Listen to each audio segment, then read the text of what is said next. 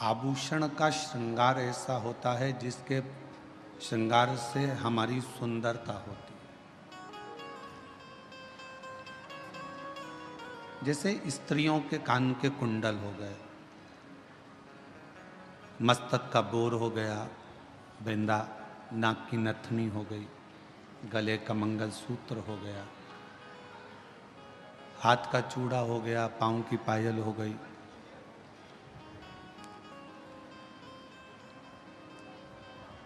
ये कुछ गहने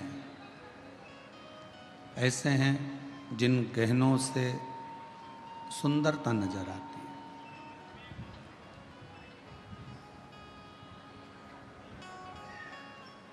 पुरुषों में भी कुछ गहने ऐसे हैं जिससे उनकी सुंदरता दिखती है, जैसे हाथ की अंगूठी हो, ब्रेसलेट हो, घड़ी हो, हाथ में बंधा हुआ कोई कलेवा, नाड़ा, लच्छा हो।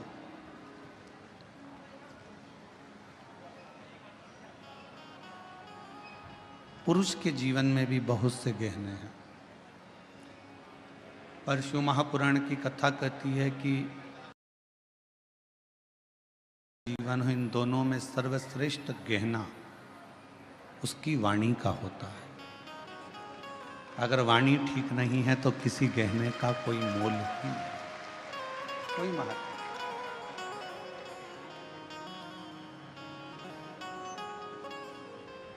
खूब सारा श्रृंगार भी आपने धारण कर कर रख लिया, खूब अच्छा पहन भी लिए, और मालूम पड़ा आपकी वाणी ही ठीक नहीं है, तो फिर क्या मतलब।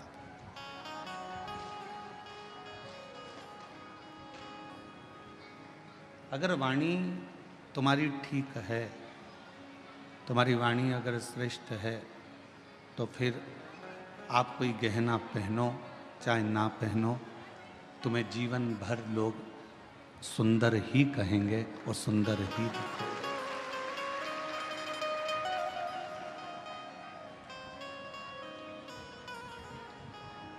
वो वाणी का गहना हमारे जीवन की सबसे बड़ी सुंदरता है। और इन सभी सुंदरता में एक 3 गहने भगवान शंकर ने माता पार्वती जी को बताए हैं। जो 3 गहने ऐसे हैं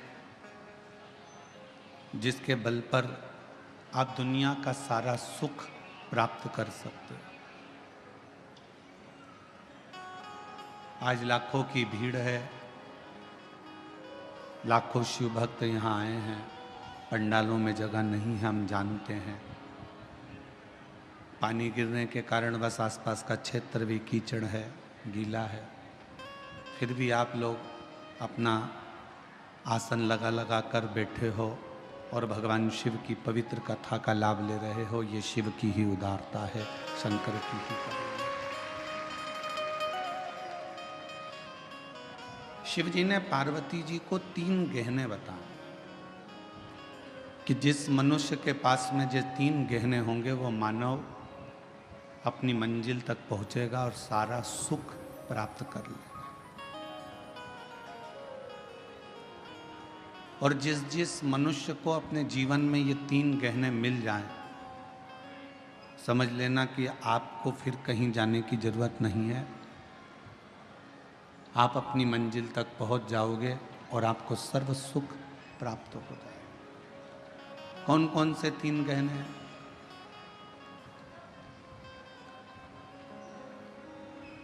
वो 3 गहने हैं। पहले नंबर का है विश्वास। जम के बोलो, कौन सा गहना? विश्वास। आवाज नहीं आई, फिर से बोलो, विश्वास। शिव जी ने पार्वती जी को 3 गहने बताए, उसमें से पहले नंबर का गहना है विश्वास। और वो विश्वास किस पर होना चाहिए? एक विश्वास होना चाहिए अपने आप पर कि मैं जो करूँगा वो अच्छा ही करूँगा, और मुझे उम्मीद है कि मैं एक ना एक दिन अच्छा कर कर रहूँगा। ये विश्वास।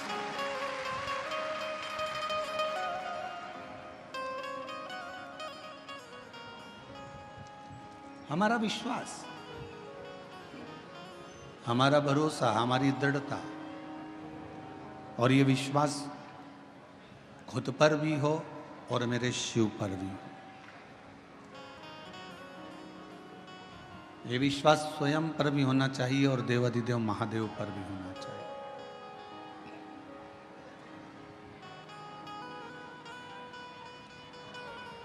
और जब हमारा विश्वास, जब हमारा भरोसा, जब हमारी दृढ़ता बढ़ जाती है,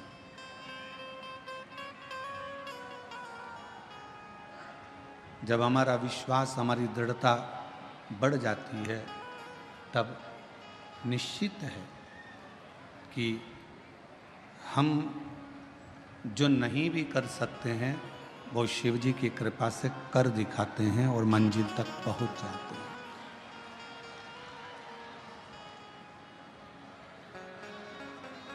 हमारा विश्वास एक हमारे भीतर का गहना है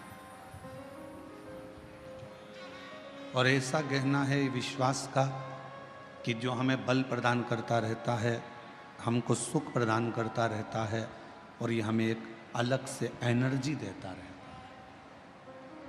और शंभु शरणे पड़ी मांगू घड़ी रे घड़ी दुख काटो दया करी निदर्शन आपो। ओ शंभु शरणे पड़ी मांगो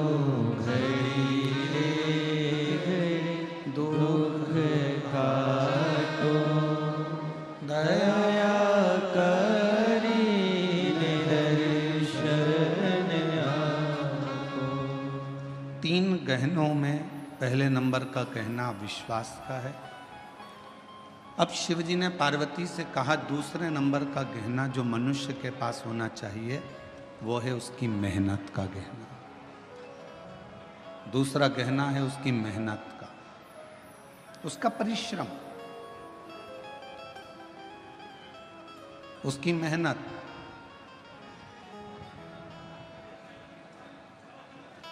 ये दूसरे नंबर का गहना है, आपकी मेहनत का गहना।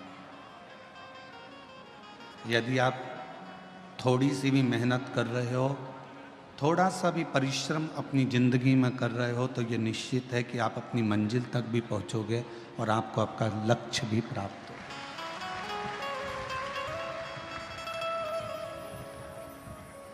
फिर शिवजी ने तीसरे नंबर का गहना बताया। पार्वती जी से कहा पार्वती तीसरे नंबर का गहना है सब्र, थोड़ा इंतजार, थोड़ी प्रतीक्षा।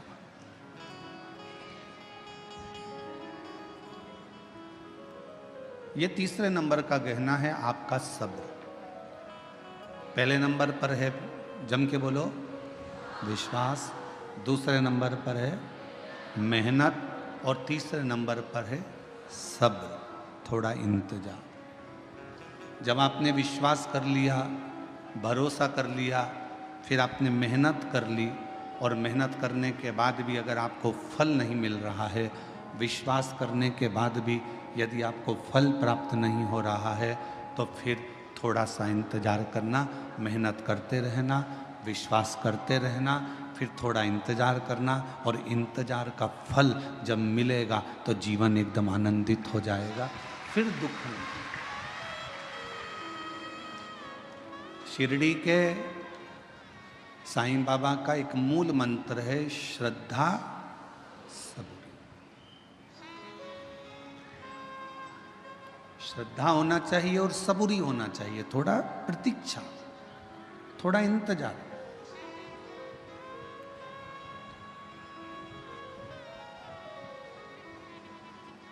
आपने इंतजार ही नहीं करा तो फिर जीवन का कोई आनंद ही नहीं है। जो सुख प्रतीक्षा में है वो सुख मिलने में नहीं है। बोलो सही है कि गलत है? जो सुख प्रतीक्षा में है, इंतजार में, वो मिलने में नहीं है। कैसे प्रैक्टिकल करना। तुम्हारे घर में टीवी नहीं थी, या 4 व्हीलर गाड़ी नहीं थी, 2 व्हीलर गाड़ी नहीं थी, या फ्रिज नहीं था, वॉशिंग मशीन नहीं थी, या तुम्हारे घर में कोई जो तुम्हें ज़रूरत है वो चीज़ नहीं थी, तुमने उसकी प्रतीक्षा करी, इंतज़ार करा। टीवी आएगी, दशहरे पे आएगी, दिवाली पर आएगी, सोफ़ा सेट आएगा, या फिर 4 व्हीलर गाड़ी आएगी, 2 व्हीलर गाड़ी आएगी, इंतज़ार करते रहे, इंतज़ार करते रहे। बहू आएगी, बहू आएगी, बहू आएगी, इंतज़ार करते रहे। और फिर जब प्रतीक्षा पूरी हो गई, बेटे की शादी हो गई, बहू आ गई, या गाड़ी आ गई, या सोफ़ा सेट आ गया, या टीवी आ गई, इसके बाद उसके बाद का फिर समय तुम जानो, क्योंकि अभी हमारी बहू नहीं आई। उसके बाद का तुम जानो।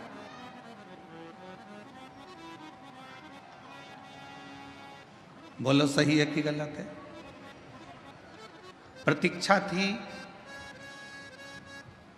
थोड़ी इंतजार था, थोड़ा सब्र था, तो थोड़ा आनंद था। प्रतीक्षा में जो सुख है वो सुख मिलने में नहीं। वो एक लाइन आप लोग स्मरण में फिर से लें। तुझसे मिलने के लिए तेरी कसम, तुझसे मिलने के लिए तेरी कसम, एक मुलाकात जरूरी है सनम, एक मुलाकात जरूरी है सनम। प्रतीक्षा कर, इंतजार। और जो सुख इंतजार में है वो मिलने में नहीं है।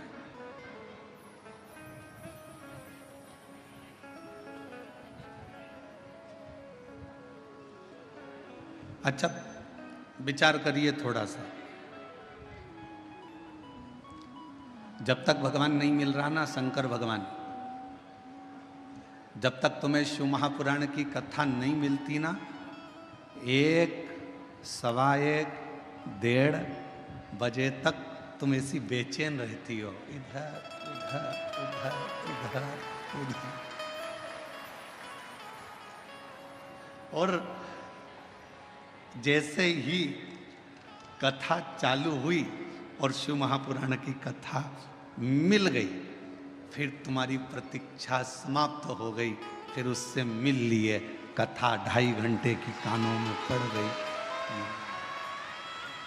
अब फिर जैसे ही सुध नहीं रहेगी, क्यों इतनी जल्दी 4 बज गई? जिसका इंतजार रहता है ना, और उससे अगर मिलन हो जाए तो उससे मिले हुए 10 घंटे, 12 घंटे, 8 घंटे, 4 घंटे थोड़े से लगते हैं। इतनी जल्दी?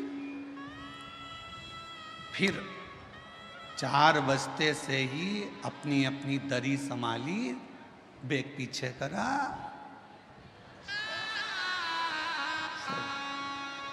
दरी संभाली, बेग पीछे करा। मैं संचेती परिवार में विशाल जी की मम्मी जी से कहूँगा आपसे, एक बार रात्रि के समय पर यहाँ आके दर्शन जरूर करना। ऐसा योग कभी दूसरी बार बीजापुर में नहीं बनने वाला जो दर्शन का योग है। आप आइए। आप शिव जी की परम भक्त हैं, विशाल जी की माता जी शंकर जी की परम भक्त हैं। कई सालों से सोमवार का व्रत चाहे कुछ भी हो गया, जिंदगी भर नहीं छोड़ा है। सोमवार का व्रत आज तक कर रहे हैं शिव भक्त।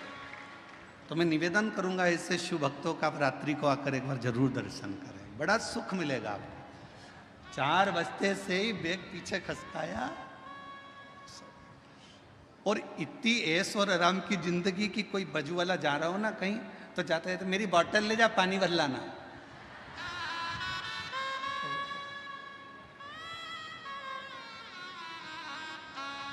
हम तो बाबा के भरोसे चलते हैं, हम तो बाबा के भरोसे चलते हैं। ये दुनिया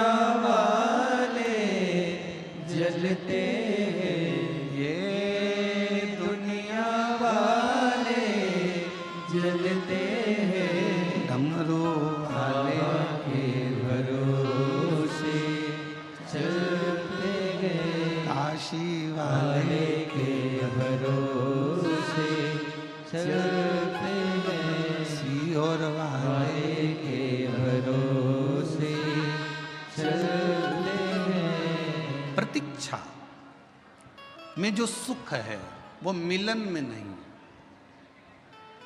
मेरे भोले बाबा से कहते रहना, तुम मिलना मती, बस तुम्हारी प्रतीक्षा करती रहूं, तुम्हें याद करती रहूं, तुम्हारा इंतजार करती रहूं, वो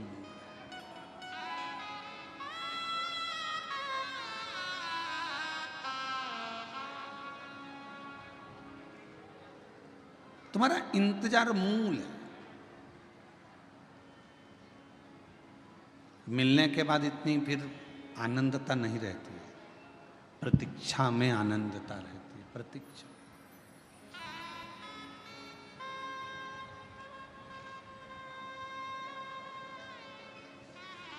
तीन गहने मेरे शंकर भगवान ने बताए हैं। पहले नंबर का बोलते जाओ विश्वास, दूसरे नंबर की आपकी मेहनत, तीसरे नंबर पर है सब्र, थोड़ा इंतजार।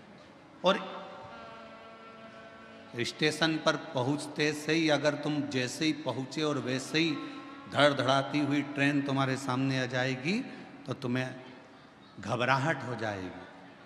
थोड़ा सा पहुंच गए स्टेशन पर और फिर तुम्हारी ट्रेन 5-10 मिनट इंतजार के बाद अगर आएगी ना तो तुम्हें सुकून मिलेगा कि हाँ अब आ रही है, मैं पहुंच गई हूँ, अब मेरे ट्रेन आएगी, मैं बैठूंगी और अपनी मंजिल तक पहुंच जाऊंगी। इंतजार बहुत जरूरी है और बिना इंतजार के कोई सुख का अनुभव भी नहीं है। एक महिला ने अपने पत्र में लिखा, गुरुजी मुझे 24 साल तक औलाद नहीं हुई। कितने साल? 24। और 24 साल तक जब मुझे औलाद नहीं हुई तो मैं हिम्मत 5 साल के बाद में मैंने हिम्मत हार दी थी कि मेरे घर में औलाद नहीं होगी। फिर भी मेरे घर के लोगों ने मेरा इलाज करवाया, हम दोनों का इलाज चला। 8 साल 10 साल इलाज में निकाल दिए। 10 साल के बाद भी औलाद नहीं हुई, तब पूर्ण तरह से डॉक्टरों ने कह दिया कि तुम कभी माँ नहीं बन सकती और तुम कभी पिता नहीं बन सकते। 10 साल के इलाज के बाद हमने आस छोड़ दी कि हमको बच्चा हो। 15 साल निकल गए, 18 साल निकल गए, शादी के 20 साल निकल गए, 22 साल निकल गए और 22 साल निकलने के बाद 23 साल जब आया, 23वें साल में हमारे घर के पास में एक किराएदारनी आई और उस किराएदारनी ने कहा कि एक सियोर वाला महाराज कथा कहता है, आस्था चैनल पर आती है, भाभी आपको औलाद नहीं है, कितने साल हो गए? तो कहा मुझे 23 साल हो गए, औलाद 24वां लग गया, औलाद। तुम एक काम करो कि टीवी के सामने अपना आसन बिछाओ और दोनों पति पत्नी टीवी पर कथा सुनो। और हमने टीवी पर पहली बार कथा 23 साल औलाद नहीं, 24 साल औलाद नहीं, फिर सुनना चालू करी। और कथा सुनने के बाद मन में एक विश्वास जागा। आप कहते हो कि विश्वास पूरा रखना शिव जरूर देगा, तो 24 साल शादी के होने के बाद जब विश्वास जागा तब पशुपति व्रत किया, आराधना करी, सफ़ेद आंकड़े की जड़ को बांधा, शिव जी से बारंबार निवेदन करा, तो भी संतान का सुख नहीं। 24 साल निकलने के बाद हम पड़ोसन जो किराएदारनी आई उसके पास फिर पहुंचे। पत्र देखिए,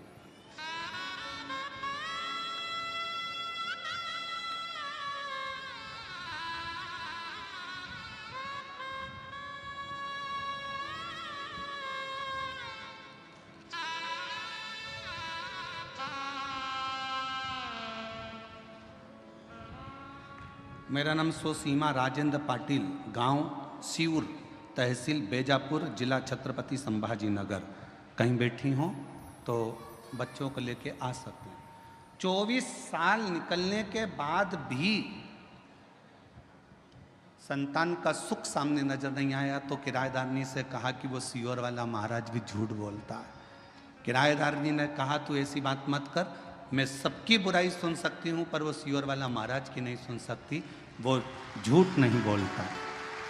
उस किराएदारनी ने उस बहन ने पत्र में लिखा कि किराएदारनी बोली वो सियोर वाला महाराज कथा नहीं कहता, शंकर स्वयं कथा कहता है, और मुझे विश्वास है तेरे घर औलाद होगी। एक बार फिर वापिस सफेद आंकड़े की जड़ का प्रयोग कर, वापिस प्रयोग करा, और बाबा की कृपा से 15 फरवरी 2024 को एक नहीं, बाबा की कृपा से 2 संतान ने जन्म लिया 24 साल के बाद। दोनों संतान के फोटो लगा रही हूँ, दोनों के फोटो आप लोग एलईडी पर आस्था चैनल पर देख सकते हैं। एलईडी आस्था चैनल पर दोनों के फोटो देख सकते हैं। एक नहीं 2 मेरे बाबा ने दिए, और 24 साल के बाद शिव पर अगर कहीं बैठी हो तो दोनों बच्चों को लेकर आ सकते। शिव पर करा भरोसा, कभी टूटा नहीं, कभी नहीं। इंतजार बहुत जरूरी है, सब्र बहुत जरूरी। 3 गहने मेरे शंकर भगवान बता रहे हैं पार्वती जी को। पहले नंबर का बोलते जाओ, विश्वास अपने आप पर भी रखना और देवाधिदेव महादेव पर भी रखना। दूसरे नंबर का अपनी मेहनत, मेहनत में पीछे मत हटना, परिश्रम करते रहना। कुआं खोदते रहो,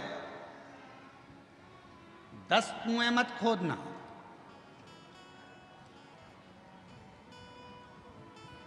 एक गुरुजी ने 2 चेलों से कहा जाओ मेरे लिए पानी लेकर आओ। दोनों चेले गए। एक चेले ने यहाँ पर कुआं खोदा, पानी नहीं निकला, वहाँ पर कुआं खोदा, पानी नहीं निकला, वहाँ पर कुआं खोदा, पानी नहीं निकला। एक चेला एक ही जगह पर कुआं खोदता रहा, खोदता रहा, खोदता रहा, खोदता रहा, आखिरी में वो पानी वहाँ मिल गया। 15 फीट इधर खोदा, 25 फीट उधर खोदा, 50 फीट उधर खोदा। उस लड़के ने एक ही जगह पर 100 फीट खोद दिया।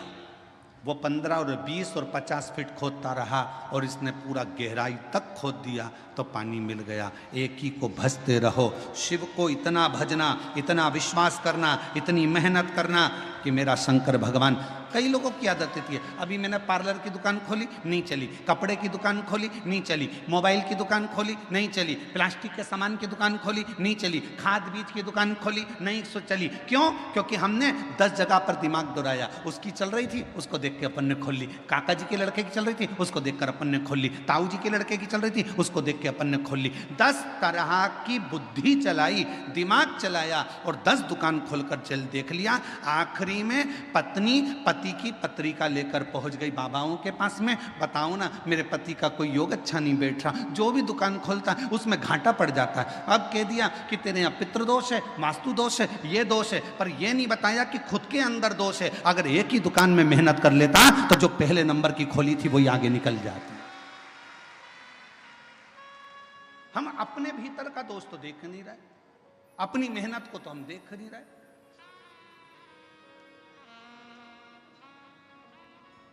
और मत बुरे कर्म कर बंदे वरना पछताएगा, भगवान की आंखों से तू बच नहीं पाएगा, तू बच नहीं पाएगा।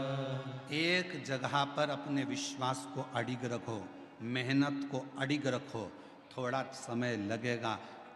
3 गहनों में सबसे बड़ा गहना है सब्र का गहना। थोड़ा इंतजार करना सीखो, आज नहीं तो कल। समय थोड़ा लग रहा है पर फल जरूर मिलेगा, प्राप्त मिलेगा।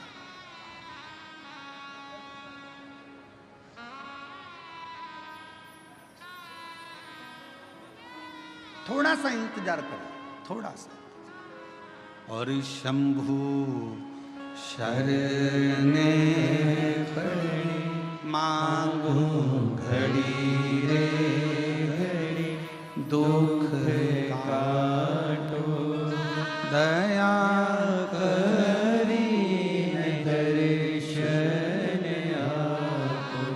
समय लग सकता है। एक बहन ने एक और पत्र लिखा, महादेव को पशुपति व्रत करके महादेव को जल चढ़ाते और वो जल अपनी पोती को लाकर दे देते, बेलपत्र लाकर चारू को देते। तभी हमारे फैमिली के डॉक्टर को फाइल दिखाया तो डॉक्टर बोले कि किडनी में प्रॉब्लम तो है। तब भी मन नहीं माना, हम उसको अहमदाबाद के नरियाद में दवा खाने दिखाने को चले गए। तब उन्होंने भी कहा कि किडनी खराब हो गई है, इसको बदलना पड़ेगा। अब करें तो करें क्या? कथा भी सुनी पंडाल में तो भी नहीं मन आया। तो हम लोग 2025 में फिर हम लोग सीहोर पहुंच गए और वहाँ से हमने रुद्राक्ष ले लिया। जनवरी में रुद्राक्ष लेकर बच्ची को उसका जल देना प्रारंभ करा। दूसरी बार हम नडियाद फिर गए और किडनी के डॉक्टर को दिखाया तो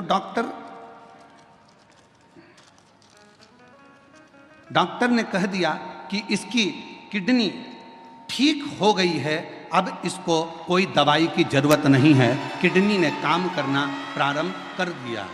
पत्र को आप लोग पढ़ सकते हैं। किडनी ठीक हो गई है बाबा, मैं बाबा को नमन करने के लिए आई हूँ, अब कोई दवाई की जरूरत नहीं है। अगर बच्ची बैठी हो और उसकी दादी बैठी हो तो बच्ची को लेकर आ सकती है। 11 साल की चुरू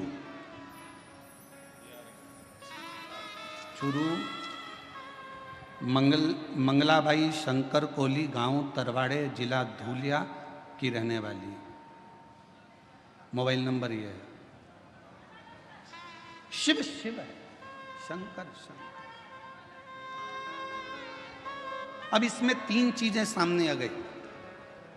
पहले नंबर पर आपका विश्वास, दूसरे नंबर पर आपकी मेहनत। डॉक्टर को भी दिखाया और हमने पहले भी कथा में कहा है, डॉक्टर शंकर जी का एक रूप है। कौन है डॉक्टर? शिव का एक रूप है। आप डॉक्टर के पास जाइए,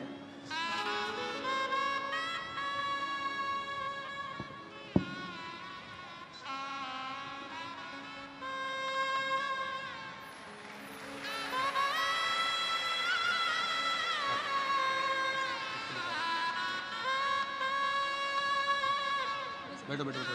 शंभु शंभु शंभु शंभु शंभु नमन करो बाबा, जल्दी जल्दी प्रणाम करो। शंभु प्रणाम करो, दे बेटा दे दे प्रणाम करो। शंभु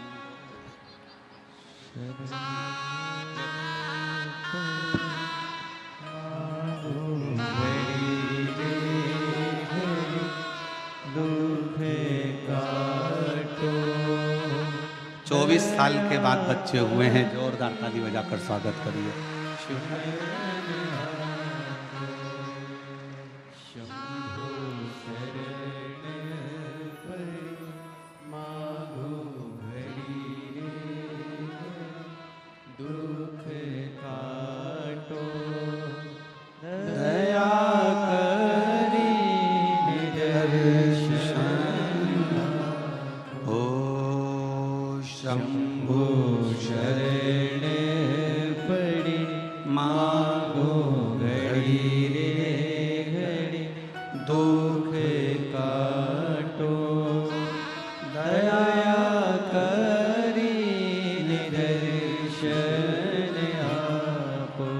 शिव कथा कह रही है।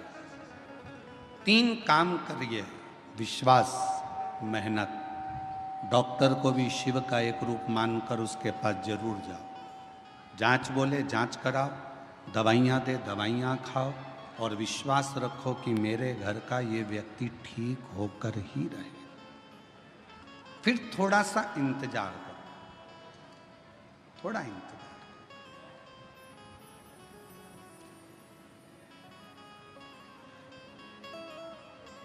गलत जगह पर मत चले जाना। जब व्यक्ति दुखी होता है, तकलीफ में आता है, कष्ट में आता है तो फिर वो 2-4 जगह दूसरी जगह भी जाता फिरता है। फिर कोई ने कह दिया ऐसा कर लो, फिर कोई ने कह दिया वैसा। ना ना ना, सारी समस्या का हल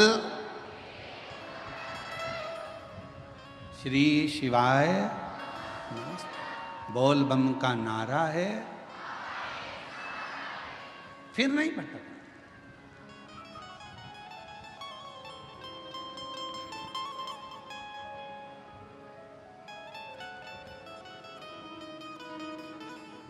हम इंतजार नहीं कर पाते। आज के व्यक्ति के जीवन में सबसे बड़ी उलझन केवल एक ही है कि वो इंतजार करना नहीं जानता। वो इंतजार करना नहीं जानता। बहू ने कुछ बोला, सास से इंतजार नहीं हुआ, पलट कर जवाब दिया। सास ने कुछ बोला, बहू ने तुरंत पलट कर जवाब दिया। बाप ने कुछ बोला, बेटे ने पलट कर जवाब दिया। बेटे ने कुछ बोला, बाप ने पलट कर जवाब दिया। भाई ने कुछ बोला, भाई ने पलट कर जवाब दिया। आज के जमाने में लोग थोड़ा सा इंतजार नहीं करते।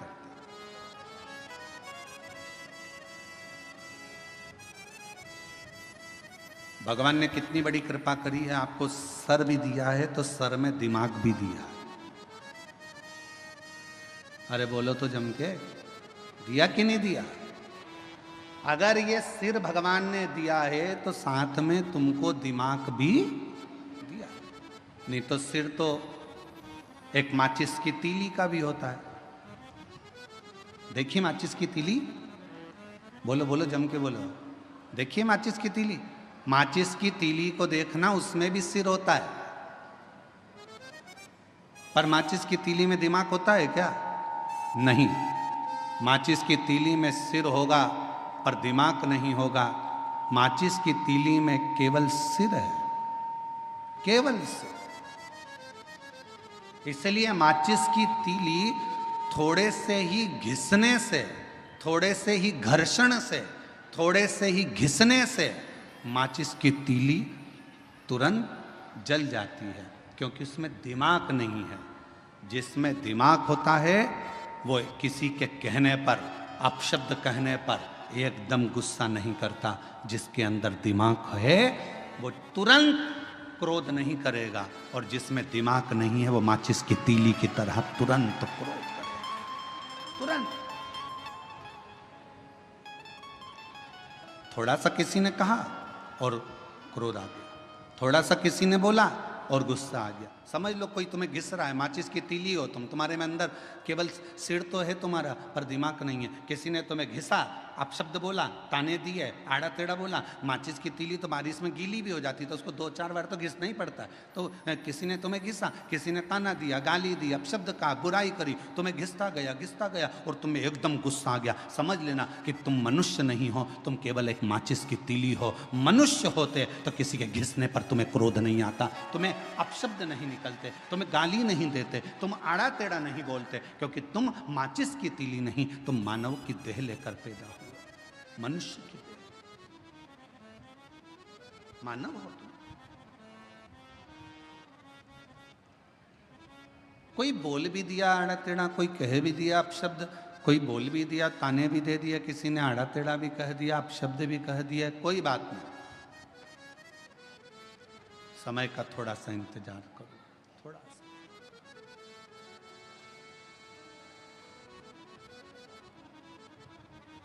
कभी मौका लगे ना तो एक बार शिव महापुराण की रुद्र संहिता अवश्य पढ़िएगा, और कभी अगर मौका मिल जाए तो कुर्म पुराण का 26वें नंबर का अध्याय जरूर पढ़िएगा। कुर्म पुराण के 26वें अध्याय में और शिव महापुराण के रुद्र संहिता में, दोनों में भगवान शंकर माता पार्वती जी से कहते हैं, ब्रह्मदेव से कहते हैं, ब्रह्मा जी सुनो, ए ब्रह्मदेव, मेरे भक्त का यदि कोई स्वप्न में भी गलत करने का सोचता है, शिव जी कहते हैं वो अपनी पूरी जिंदगी को बर्बाद कर बैठता है, पूरी जिंदगी को बर्बाद कर।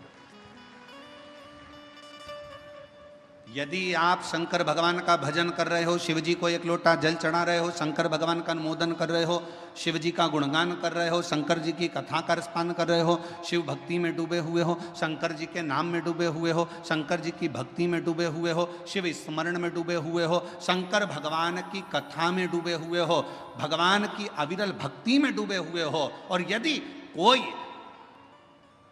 तुम्हारा बुरा कर रहा है तुम्हारे लिए बुरा लिख रहा है, तुम्हारे लिए बुरा बोल रहा है, तुम्हारे लिए बुरा करने की तैयारी में है, समझ लेना उसके घर का व्यक्ति कोई ना कोई घर में या तो बीमार पड़ा रहेगा या उसके घर में धीरे धीरे तकलीफें बढ़ती चली जाएगी और उसको मरते दम तक धीरे धीरे केवल भुगतना ही पड़ेगा, वो सुखी नहीं रह सकता।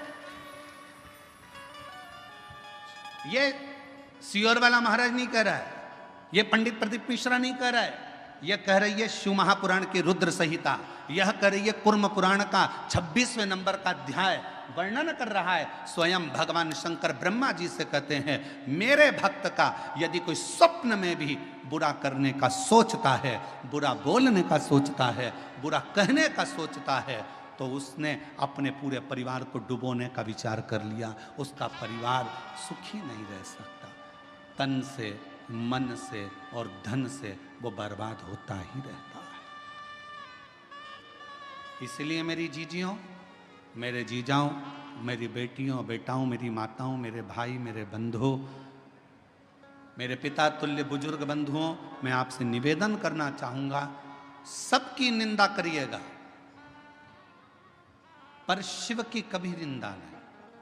सबकी निंदा करिए पर शंकर के भक्त की कभी निंदा नहीं। कारण एक, नारद जी ने भगवान विष्णु से शिव जी की निंदा करी थी तो नारद जी के मुख बंदर का लगा था, बंदर का। नारद जी ने भगवान विष्णु से शिव जी की निंदा करी और भगवान विष्णु ने निंदा सुन ली थी तो उनको घोड़े का मुंह लगा था, हयग्रीव अवतार हुआ था। ये निंदा बड़ी विचित्र है। बहुत सारे मिलेंगे दिन भर मोबाइल पर, उनका एक ही काम है कि शिव पुराण की निंदा करो, शंकर जी की निंदा करो, शिव भक्त की निंदा करो, शिव कथा वाचने वालों की निंदा करो, शिव स्मरण करने वालों की निंदा करो। उनके पास केवल फ्री बैठे हैं तो वो अपने कुल को कैसे डुबोएंगे, तो गलत गलत लिखते जाते हैं जिससे उनका कुल, परिवार, बेटे बेटी, माता पिता, परिवार के जितने सदस्य हैं वो किसी न किसी रूप में तकलीफ भोगते ही रहते हैं। गलत लिखा, गलत बोला, गलत।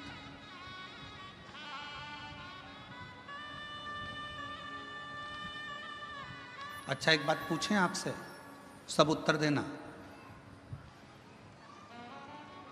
कोई व्यक्ति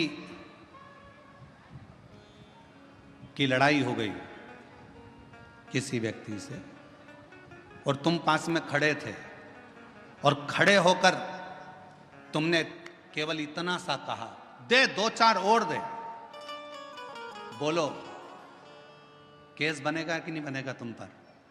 अरे जम के तो बोलो, बनेगा ना। क्यों बनेगा? तूने प्रोत्साहन दिया, तुझे बोलना था बंद कर, पर तूने कहा दे और दे, दो चार और दे। तुमने उसको प्रोत्साहन दिया कि मार, इसलिए मारने वाले से ज्यादा केस, ज्यादा धाराएं, जिसने प्रोत्साहन दिया दे दो चार, उस पर ज्यादा धाराएं लगती हैं, उसको ज्यादा परेशान किया जाता है, उस पर ज्यादा केस चलता है। उसी तरह मोबाइल पर किसी ने कुछ लिख दिया, तुमने उसमें कमेंट्स कर दिया, तुमने उसमें उसका साथ दे दिया और वो बड़े मुस्कुराकर तुम उसका साथ दे रहे हो। याद रखना, उसके यहाँ देर है अंधेर नहीं है, एक ना एक दिन ऐसा दंड देगा कि तुम्हें भोगना पड़े। कोई गलत लिख रहा है, डिलीट हो जाओ, ब्लैक लिस्ट में डालो, खत्म। फुल एंजॉय की जिंदगी जियो, हम शिव के शिव हमारे, हमें क्या करना। आग लगे बस्ती में अपन रहो मस्ती में, कोई तुमको ज्यादा ताना दे, कितनी बंठन के निकलती है। तो दूसरे दिन कांजीवरम की साड़ी लाओ, बनारसी और बेहतरीन पहन के निकलो। और आग लगे तो अच्छी बात, अपन तो और ठाठ से रहो। कई लोगों की आदत रहती है, किसी को कोई कमेंट्स कर देता है तो वो बिल्कुल हल्की साड़ी पहने, हल्के तरीके से रहे बेचारा कि भैया आप कमजोर रहे, लोग ताने दे रहे हैं, लोग अपशब्द कर रहे हैं। आग लगे बस्ती में, अपन रहो मस्ती में, ताना देने वाला देता रहेगा। जिंदगी हो गई। शंकर भगवान माता पार्वती जी के साथ में भ्रमण पर निकले। शिव जी नंदी पर पार्वती के साथ बैठकर जा रहे थे तो किसी ने कह दिया, बताओ दोनों एक नंदी पर बैठे हैं। शंकर भगवान नंदी से उतर गए, पार्वती जी को नंदी पर लेकर निकले। दूसरा व्यक्ति मिला, उसने कहा, बताओ पति तो नीचे चल रहा है, पत्नी को लेकर घूम रहा है नंदी पर। भगवान शंकर ने पार्वती को नीचे उतार दिया, स्वयं नंदी पर बैठ गए। तो फिर कहा, बताओ कितना कठोर व्यक्ति होगा, पत्नी को नीचे चला रहा है, खुद बैठकर चल रहा है। दोनों ही नीचे उतर गए, नंदी को खाली ले जा रहे थे। फिर किसी ने कह दिया, बताओ इतना अच्छा तगड़ा नंदी है तो बैठकर क्यों नहीं जाते, ये दुनिया की रीति है, कहे बिगर रह नहीं सकते, इसलिए अपने को फुल एंजॉय से जिंदगी जीना है, अपनी मस्ती में जियो। आग लगे बस्ती में, अपन रहो मस्ती में, क्या किसको रोइए और चादर तान के सोइए, खुश होकर जिंदगी जियो। आजा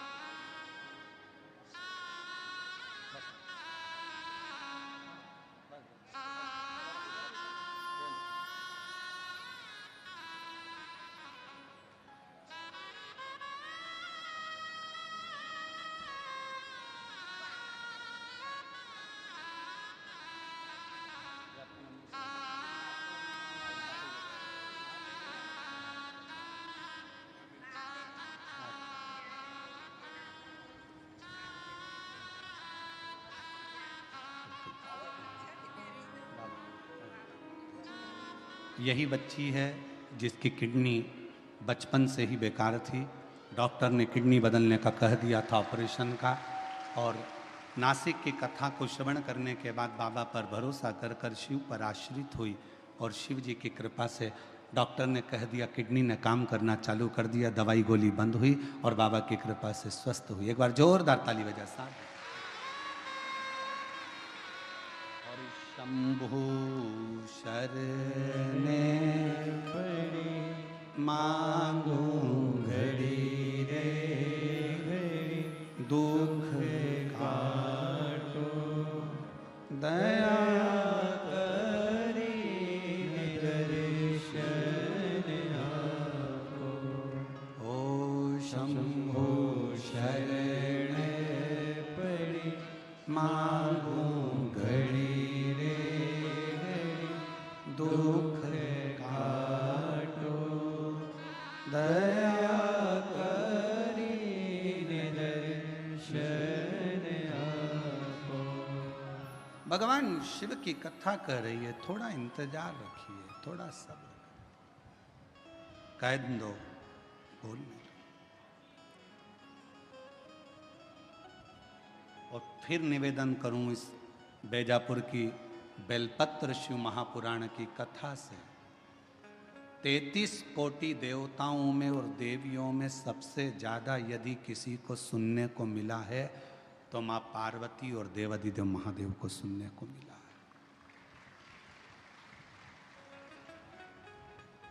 पार्वती जी अपनी सहेलियों के घर भी जाती थी ना, बेस्ट फ्रेंडों से मिलने भी जाती थी तो पार्वती को नीचा दिखाया जाता था। हम नहीं कह रहे, पुराण कर।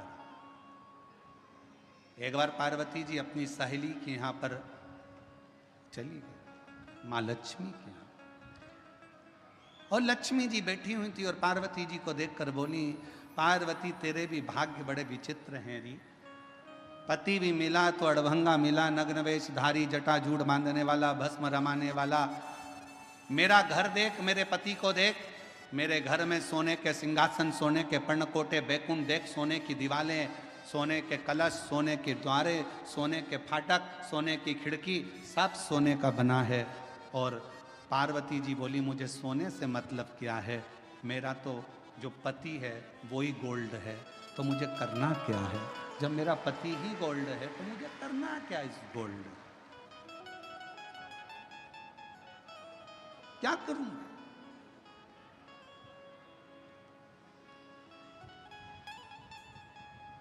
मेरा तो पति ही गोल्ड।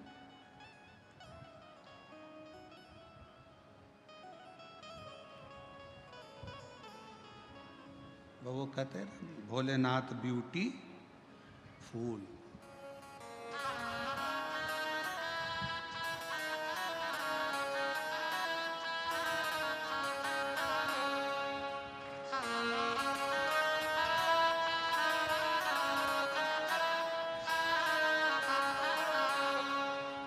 सिर पे गंगाधारी,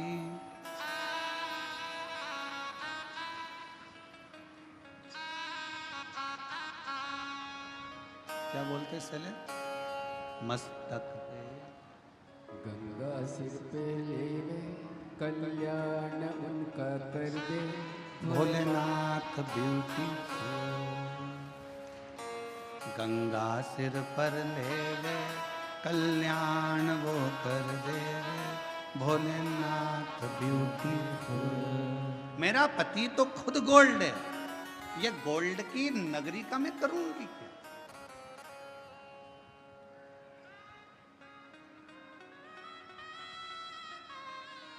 पति की निंदा करी, पार्वती जी से सहन नहीं हुआ, पार्वती जी चली। शिव जी के पास पहुंची तो भगवान शंकर तो समाधि में लीन थे, पार्वती जी एकदम धमक के शिव जी के पास तेजी में बैठ गई। पत्नी के हाथ के बर्तन मांजते मांजते गिरने लगे, बर्तन की आवाज तेज आने लगे, तो पति को समझ लेना चाहिए कि जरूर कोई बात है, कोई बात जरूर है, आवाज आ रही। पार्वती जी धम्म से बैठी, शिव जी समझ गए कोई बात जरूर है। क्या हुआ है?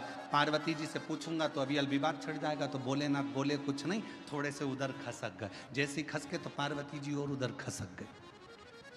शिव जी ने सोचा बात कुछ ज्यादा ही बड़ी है, तो शिव जी और उधर खसके तो पार्वती जी और खसक गए।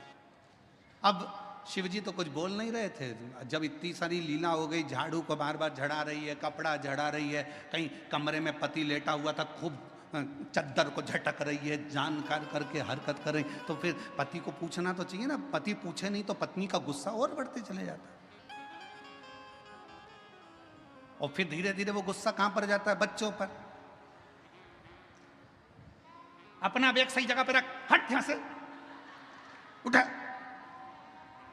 और तुम्हारे पिताजी की नौकर नहीं लगी हो कि टिफिन यहां पटक दिया, बैग वहां पटक दिया, जूते वहां पटक दिया, उठाओ अपने अपने जूते। नहीं उठाना, जा रख। इतने में वो सो रहा था, धीरे से चद्दर में से झांक के देखा,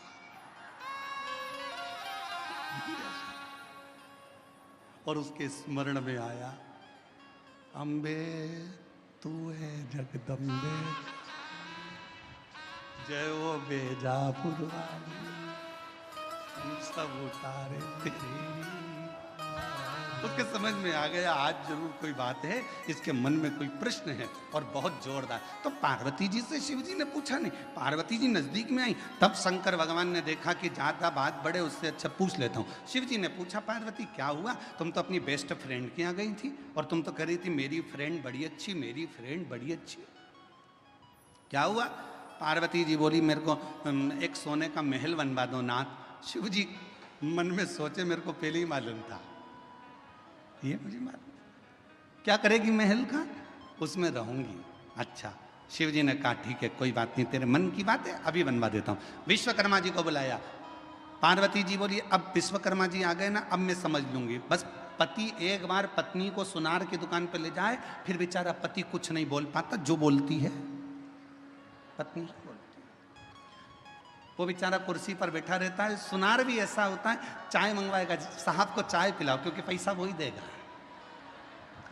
साहब को चाय पिला, चाय पिला। पत्नी को सामने बिठाएगा, हाँ जी बताओ, ये 4 अंगूठियां हैं, ये हाफ सेट है, 1 तोले में ये भी आ सकता है, 1.5 तोले में ये आ सकता है, 2 तोले में ये आ जाएगा। इतने में पत्नी ने जो गले में पहन के देखा,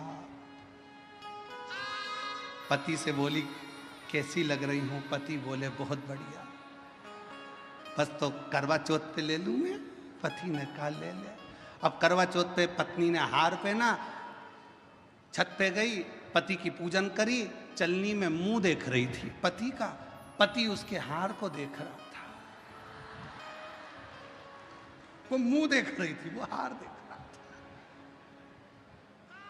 और पति ने चंद्रदेव को प्रणाम कर कर कहा, रे गजब कर दिया, 2 लाख का करवा चौथ हो गया। अब सोचे, देखे सुख क्या।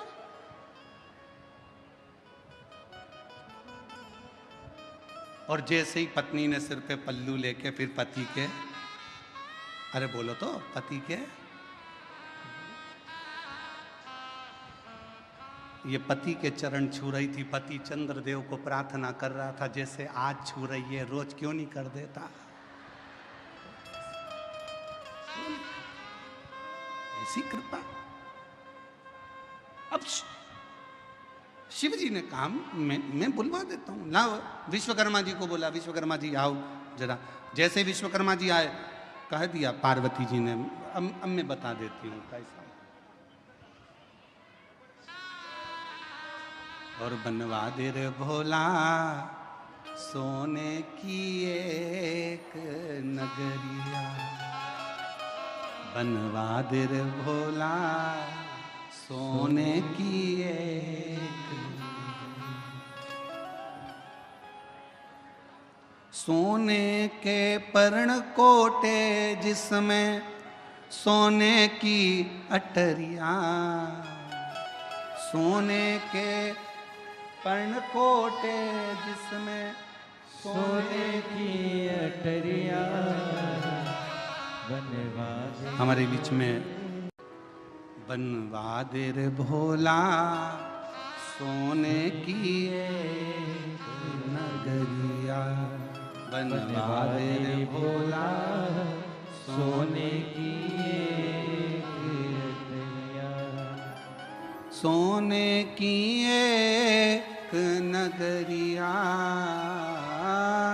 सोने की एक नगरिया, बनवा दे रे भोला सोने की एक नगरिया, बनवा दे रे भोले सोने की एक नगरिया, सोने के पर्णकोट सुहावे सोने की हो कुटिया, सोने के पर्णकोट सुहावे सोने की झोपड़िया, सोने के पर्णकोट सुहावे सोने की हो कुटिया, सोने के पर्णकोट सुहावे सोने की झोपड़िया, बनवा दे रे भोला सोने की एक नगरिया, बनवा दे रे भोले सोने की एक नगरिया। शिव जी से प्रार्थना करी, विश्वकर्मा जी का आगमन हुआ और विश्वकर्मा बाबा ने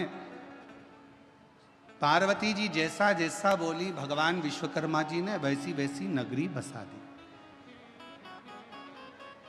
अब नगरी तो बस गई, उद्घाटन की बारी आ गई। सबको निमंत्रण भेजे तो पार्वती जी ने सबसे पहला निमंत्रण भगवान विष्णु के यहाँ लक्ष्मी जी को भेजा। अपशब्द उन्हीं ने कहे थे, ताना उन्हीं ने दिया था, आड़ा टेढ़ा उन्हीं ने कहा था, अपशब्द उन्हीं ने कहे थे, इसलिए उनको वहां पर उनको पत्र भेजना जरूरी था।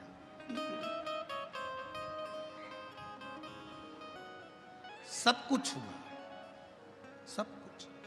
फिर आखिरी में मेरे देव अधिदेव महादेव ने निर्णय लिया, मेरे शंकर भगवान ने ये विचार किया कि कहीं शिवजी का ये विचार आया, शंकर भगवान ने ये विचार किया कि कहीं ये पार्वती जी के भीतर कहीं आई अभिमत्ता ना एकत्रित हो जाए।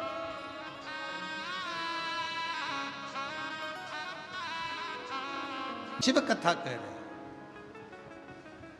भगवान शंकर का संवाद कह रहा है। शिव महापुराण की कथा कहती है शिव जी को लगा कि पार्वती जी के भीतर कहीं थोड़ा सा अहम ना आ जाए, और यदि ये अहंकार आ गया तो फिर हमारी तप साधना तो बेकार हो गई। तब लंकापति रावण के पिता श्री विशर्वा जी ने पूजन करी, और शिव जी ने ऐसी बुद्धि विशर्वा जी की कर दी कि विशर्वा जी ने जब पूजन पूरी हो गई मकान की, वास्तु पूरा हो गया मकान का, तब विशर्वा जी ने वही मकान दक्षिणा में मांग लिया कि ये मुझे दक्षिणा में दे दीजिए, इसको मैं रखना चाहता हूं, ये मुझे। पार्वती जी को क्रोध आ गया, विशर्वा जी तुमने मेरे मन के इस मकान को लिया है, ये लंका तुमने ली है, मैं तुम्हें श्राप देती हूं कि इस लंका में कोई दिया जलाने वाला ना बचे, एक दिन इसमें आग जरूर लगेगी, ये मेरी पसंद। शिव कथा कर रही है। 3 कहने मेरे भगवान शंकर ने कहे हैं। पहला विश्वास, दूसरी जम के बोलो मेहनत, और तीसरे नंबर पर है सब्र। ये जब 3 गहने हमारे पास में रहे तो जीवन का सुख अपने आप प्राप्त होता। और शिव तो शिव है, कुछ नहीं रखते अपने पास में, सब देते। बस आप उसके नाम का स्मरण करते चलो, उसको पुकारते चलो, श्री शिवाय नमस्तुभ्यं कहते चलो।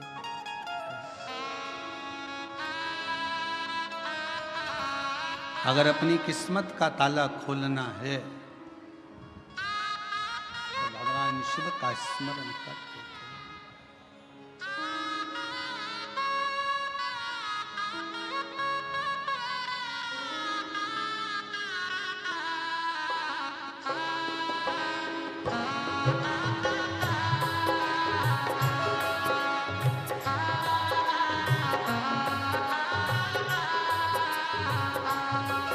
अपनी किस्मत का ताला हो, अपनी किस्मत का ताला हो, अपनी किस्मत का ताला तुम खोलते चलो। श्री शिवाय नमस्तुभ्यं तुम बोलते चलो, श्री शिवाय नमस्तुभ्यं तुम बोलते चलो, श्री शिवाय नमस्तुभ्यं तुम बोलते चलो, श्री शिवाय नमस्तुभ्यं तुम बोलते चलो। अपनी किस्मत का ताला हो, अपनी किस्मत का ताला हो, अपनी किस्मत का ताला तुम खोलते चलो। श्री शिवाय नमस्तुभ्यं तुम बोलते चलो, श्री शिवाय नमस्तुभ्यं तुम बोलते। हार हार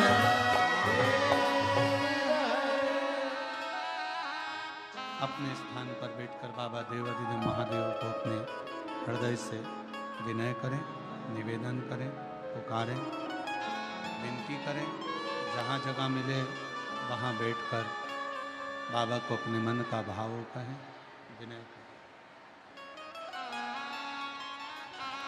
देखो दूसरे की जगह पर मत बैठो, थोड़ा थोड़ा खसक खसक कर बैठो, आराम आराम से जहाँ जहाँ जगह मिल जाए वहाँ वहाँ बैठते जाओ।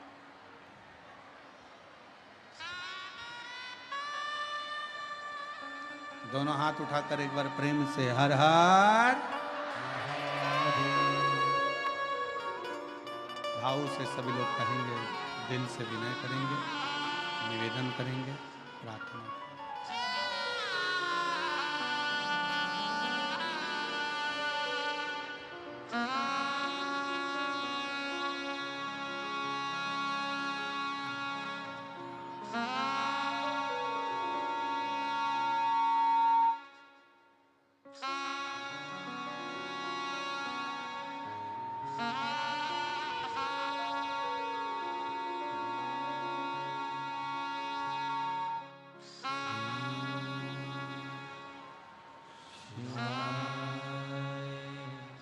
नमस्तुभ्यं श्री शिवाय नमस्तुभ्यं श्री शिवाय नमस्तुभ्यं श्री शिवाय नमस्तुभ्यं श्री शिवाय नमस्तुभ्यं बोला सब दुख काटो हमारा सब दुख काटो हमारा शिव शंकर जपो तेरी माला भोले बाबा जपो तेरी माला सब दुख काटो हमारा ओ भोला सब दुख काटो हमारा वेश है मंगल मंगलकारी वेश है मंगल मंगलकारी शमशानवासी हमारा शमशानवासी हमारा ओ भोला सब दुख काटो हमारा ओ भोला सब दुख काटो हमारा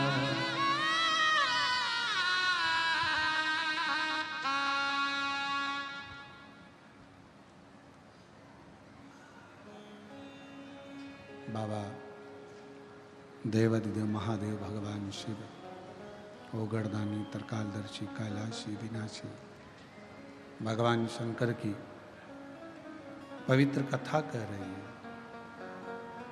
शिव महापुराण की कथा वर्णन कर रही है। पार्वती जी के भीतर कुछ थोड़ा सा भी अहम एकाग्रित ना हो जाए, इसलिए शिव जी ने अपनी सोने की नगरी लंकापति रावण के पिता को दे दी।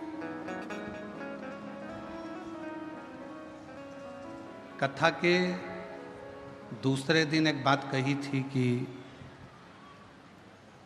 दुनिया की सबसे बड़ी बीमारी है आपका अहंकार।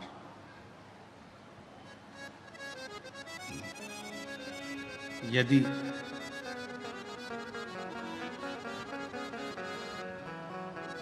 भीतर का थोड़ा सा भी अहंकार अगर समाप्त हो जाता है तो परमात्मा के मिलने में देरी नहीं। बेलपत्र शिव महापुराण की कथा यही कहती है। एक बड़ा सुंदर सा चरित्र शिव महापुराण के अंतर्गत आता है।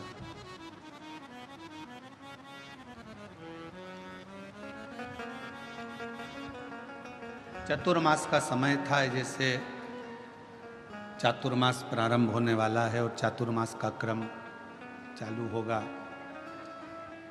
जो संत होते हैं, साधु होते हैं, तपस्वी होते हैं, साधक, उपासक, व्रती होते हैं, वो एक ही जगह पर अपने 4 महीना चातुर्मास का भजन, कीर्तन, स्मरण, जप, तप, साधना करते हैं।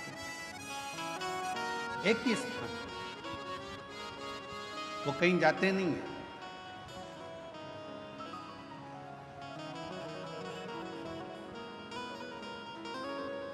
किसी ने एक बात पूछी कि गुरुजी, व्रत क्या केवल मनुष्य ही करता है? क्या केवल मानव ही व्रत को धारण करता है? शिव महापुराण की कथा कहती है, भगवान शंकर का चरित्र कहता, शिव तत्व कहता है, भगवान शंकर की पवित्र कथा कहती है, शिव महापुराण कहती है कि शिवजी का एक नाम पशुपति नाथ है।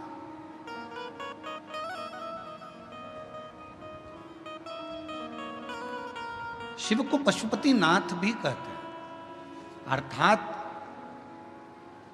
33 कोटि देवताओं को पशु बनाकर स्वयं उनके पति बनकर तारकासुर के 3 बेटे तारकाक्ष, विदुमाली और कमलाक्ष की, इन तीनों का संहार मेरे शिव जी ने करा था।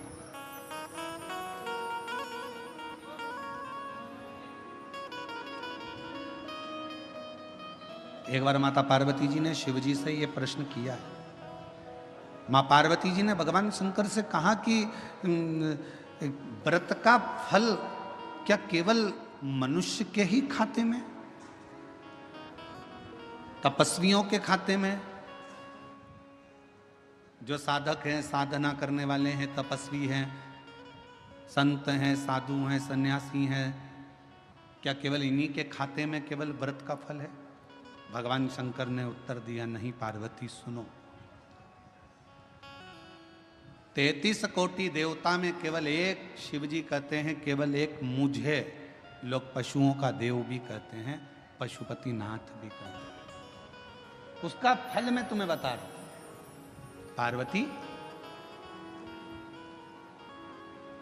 शिवरात्रि, प्रदोष, सोमवार की अष्टमी, श्रावण, भादो, कुंवार, कार्तिक, चातुर्मास, ये जितने भी बड़े बड़े व्रत साधन जो आते हैं, इन साधनों में मनुष्य तो व्रत करता ही है, संत, साधु, सन्यासी, तपस्वी तो साधना करते ही हैं, पर साथ में मान लो कोई श्वान है, कुत्ता है, कोई जीव है, कोई जंतु है, और मालूम पड़े कि आज शिवरात्रि का दिन है या प्रदोष का दिन है या सोमवार का दिन है, और वो सुबह से उसको कुछ भी खाने को नहीं मिला, भूखा है, प्यासा है, उसको कुछ मिल ही नहीं रहा, उसको कुछ प्राप्त ही नहीं हुआ। शिव जी कहते हैं, पार्वती मान लो अगर प्रदोष का दिन है और कोई पशु को अगर कुछ मिला नहीं है, अनायास, शिव तो अनायास कृपा करने वाले हैं। शिवरात्रि की कथा ये कहती है कि एक भील हिरण को मारने के लिए पेड़ पर चढ़ गया, बेलपत्र का पेड़ था, नीचे शंकर का शिवलिंग था, छाजल में जल था, रात भर पानी गिरता रहा, बेलपत्री का पेड़ हिलता रहा, उसमें से पत्ते नीचे गिरते रहे, और प्रातः में शिवजी प्रकट होकर उस भील पर करुणा कर देते। ये तो शिव कथा तो अनायास कृपा करने वाली है, अचानक करुणा करने वाली है, अचानक दया करने वाली।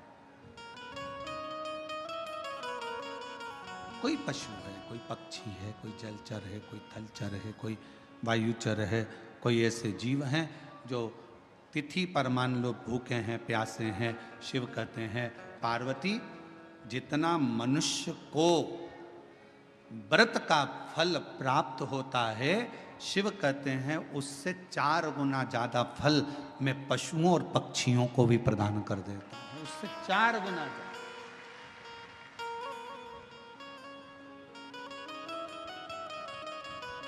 उसको पशुपति नाथ कहते हैं। चतुर्मास का समय था, एक संत शिव के अड़भंगे भक्त थे,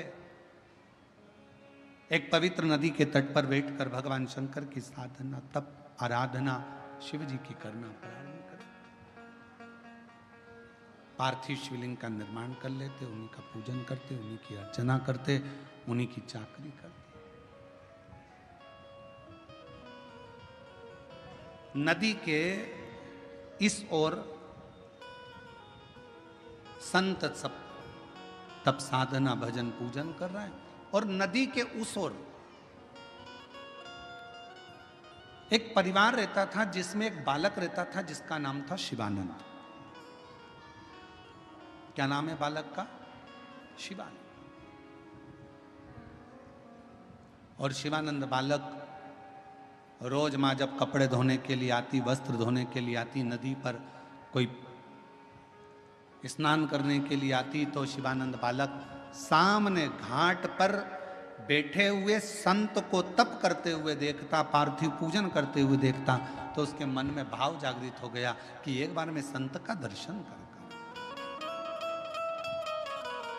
और मैंने तेरे ही भरोसे बाबा, तेरे ही भरोसे हवा बिच उड़ती जावांगी, बाबा डोर घतो छड़ी नाम कटी जावांगी। भोले मैं तेरी पतंग, शंभु मैं में। तेरी पतंग हवा।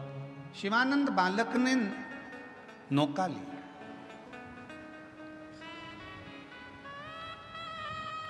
मैया को आज घाट पर ही छोड़ा, और मैया को घाट पर छोड़कर शिवानंद बालक नाव को लेकर घाट के उस पार, शिवानंद बालक नाव लेकर घाट के उस पार पहुंच गया। संत बैठे थे, शिव की आराधना कर रहे थे, शंकर का तप कर रहे थे, साधना में लगे हुए थे, शिव की भक्ति कर रहे थे। देखा बहुत देर तक बैठा रहा। थोड़ी देर बाद उसने संत के चरणों को प्रणाम किया, पूछा, कौन हो बालक तुम, कहां से आए हो, कहां रहते हो? बालक ने कहा, मैं नदी के उस पार रहता हूं और मेरा नाम शिवानंद है। आपको आराधना करते हुए देखकर मेरा मन करा कि एक बार मैं आपको प्रणाम कर नमन किया, चले गया। अब तो शिवानंद का रोज का नियम बन गया। शिवानंद अब रोज उधर जाता, उधर से फिर इधर आता, फिर उधर जाता, फिर इधर आता। एक दिन शिवानंद ने अपनी माता को प्रणाम कर कर कहा, माँ मेरा मन है, चातुर्मास का समय चल रहा है, 4 महीने चल रहे हैं, मेरा दिल करता है माँ कि मैं वो संत जो घाट के उस पार है ना, उसकी सेवा करना चाहता हूं, मैं संत की सेवा करना चाहता हूं। ठीक है, माँ ने आज्ञा कर दी। बेटा शिवानंद संत के पास चला गया। संत दिन रात अपनी मस्ती में शिव स्मरण में लगे रहते थे। श्री शिवाय नमस्तुभ्यं, श्री शिवाय नमस्तुभ्यं, श्री शिवाय नमस्तुभ्यं, श्री शिवाय नमस्तुभ्यं, श्री शिवाय नमस्तुभ्यं, श्री शिवाय नमस्तुभ्यं, श्री शिवाय नमस्तुभ्यं, श्री शिवाय नमस्तुभ्यं। संत बैठे, शिवानंद बालक भी भगवान शिव की आराधना में डूबा रहता, भक्ति में। एक दिन शिवानंद बालक बेलपत्र के कुछ पत्र लेकर आ गया।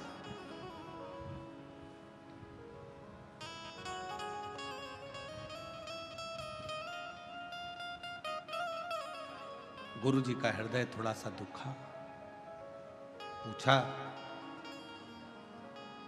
तुम बेलपत्र के पत्ते लेकर आए हो, क्या तुमने बेलपत्र के पत्र को मंत्र दिया है? क्या तुमने बेलपत्र के पत्र को लाने के लिए निमंत्रण दिया है? शिवानंद बालक बोला कि मैंने ना तो कोई पत्र दिया, ना कोई मैंने मंत्र दिया, और ना कोई मैंने निमंत्रण दिया। बेलपत्र के पत्र को तोड़ने से पहले एक नियम है कि बेलपत्र के पत्र को वृक्ष से जब तोड़ा जाता है तो सबसे पहले उसको मंत्र दिया जाता है। क्या कहा जाता है? ओम नमः शिवाय। बेलपत्र के पत्र को पेड़ पे से जब तोड़ा जाता है तो ओम नमः शिवाय का नाद किया जाता है। और बेलपत्र के पत्र में, इसमें तो वो नहीं है गूठी, बेलपत्र का जब पत्ता टूटता है तो यहाँ एक गूठी आ जाती है, देखा है आप लोगों ने? जम के तो बोलो, देखा है? तो बेलपत्र के पत्र में जो गूठी होती है उसको भी जब तोड़ा जाता है, उस गूठी को जब अलग किया जाता है तब भी शिव मंत्र उसको दिया जाता है। ओम नमः शिवाय, ओम नमः शिवाय, ओम नमः शिवाय। वृक्ष पे से पत्ते को तोड़ा तो मंत्र दिया, गूठी को तोड़ा तो मंत्र दिया, और बेलपत्र के पत्ते को जब तोड़ा जाता है, मंत्र, पत्ते को तोड़ने से पहले मंत्र प्रदान किया जाता है, और जब तोड़ा जाता है तो कहा जाता है, हे माँ पार्वती, हे माँ गोरा, चलो तुम्हें शिवजी ने बुलाया है मेरे कल्याण के लिए। माँ, आपको शंकर जी ने याद किया है, मेरे ऊपर बहुत दुख है माँ, कल्याण करिए, चलिए मेरे दुख को समाप्त करिए, निमंत्रण दो।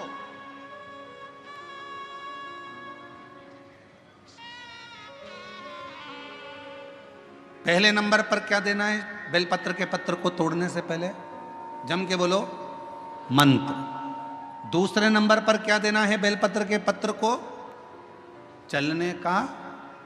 जम के बोलो, निमंत्रण।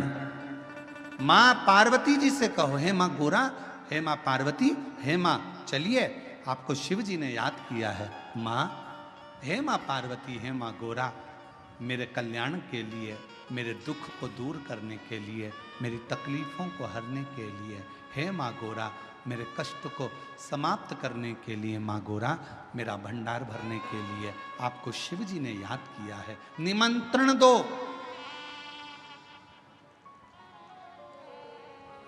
लेकर आए, फिर गूठी तोड़ी, फिर मंत्र दिया, ओम नमः शिवाय,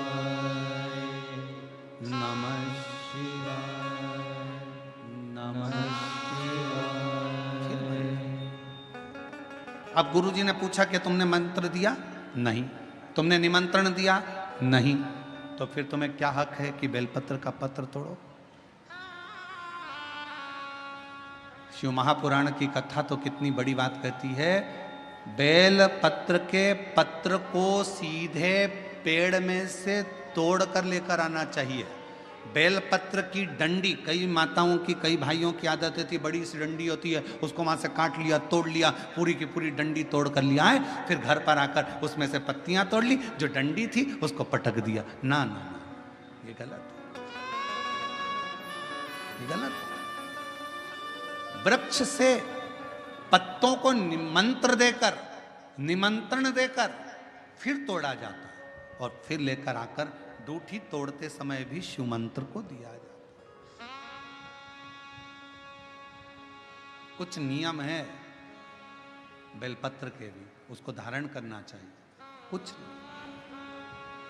जैसे डॉक्टर की गोली खाने के भी नियम होते हैं। डॉक्टर साहब लिखते हैं कि सुबह ये गोली लेना, शाम को ये लेना, ये भोजन के पहले लेना, ये भोजन के बाद लेना, और सुनो इसको गर्म दूध से ले लेना, इसको पानी से ले लेना। अब मालूम पड़े तुमने सोचा कि मैं एक काम करती हूँ, कहाँ मेरा टाइम बर्बाद करूँगी, सुबह लो, शाम को लो, दोपहर में लो, तो तुमने सारी गोली एक साथ खा गई, और फिर डॉक्टर के पास गई, डॉक्टर साहब मेरे को तो आराम ही नहीं लग रहा, मैंने 3 बार 15 दिन से गोली खा रही हूँ, 10 दिन से गोली खा रही हूँ। डॉक्टर साहब ने पूछा गोली खा रही हो तो क्या तुमने नियम धारण करा? हाँ, क्या क्या नियम धारण करा? सुबह की गोली सुबह खाई, भूखे पेट की भूखे पेट खाई, भोजन के बाद की भोजन के बाद खाई? नहीं नहीं नहीं, मेरे पास समय नहीं रहता, इसलिए सारी की सारी एक साथ खा गई। डॉक्टर ने कहा इसीलिए तो दवाई असर नहीं कर रही है। दवाई खाने का भी तरीका होता है, आवाज सेट नहीं है भाई, दवाई खाने का भी तरीका होता है, दवाई को खाने का भी एक तरीका है। उस दवाई को खाओगे, आनंद पाओगे, स्वस्थ हो जाओगे, रोग मुक्त हो जाएगा। तो दवाई के खाने का भी तरीका है। उसी तरह गुरु कह रहे हैं, संत ने कहा कि तुमने गलती करी, तुमने करी।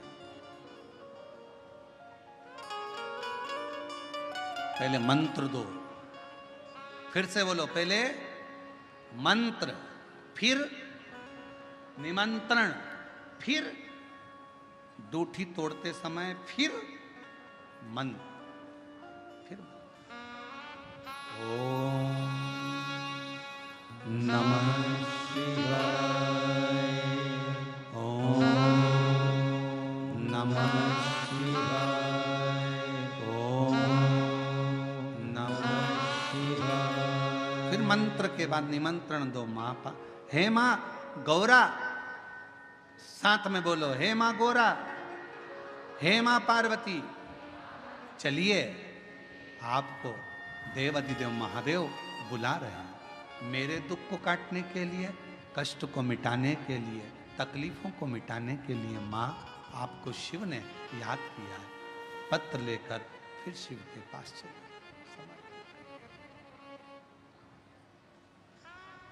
लाखों के दुखड़े जो तू हर गया डमरू वाले, मेरे दुखड़ों को देख कर क्यों डर गया डमरू वाले। चलो माँ, क्या तुमने निमंत्रण दिया? नहीं। क्या तुमने मंत्र दिया? नहीं। तब संत को क्रोध आया। संत ने कहा, बेटा ऐ शिवानंद, ऐसे कभी बेलपत्र को लेकर मत आना, ऐसे कभी बेलपत्र को लेकर मत आना, ऐसे कभी बेलपत्र। ठीक है प्रभु, गलती हो गई, क्षमा करिएगा। आप जब कृपा करेंगे, जब दया करेंगे, जब मेरा बाबा करुणा करेगा, दया करेगा, तब मैं फिर पुनः बेलपत्र को लेकर फिर पुनः।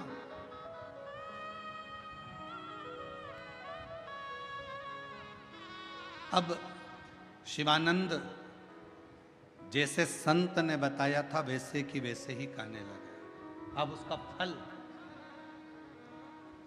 संत को नहीं मिल रहा, उसका फल शिवानंद को मिलेगा। समय आया, 2 महीना चतुर्मास के निकल गए और 2 महीना निकलने के बाद आज संत बैठे थे, तब की मुद्रा में शिव की आराधना कर रहे थे। आंखों से नीर बह रहा था संत के नीर से। अश्रु।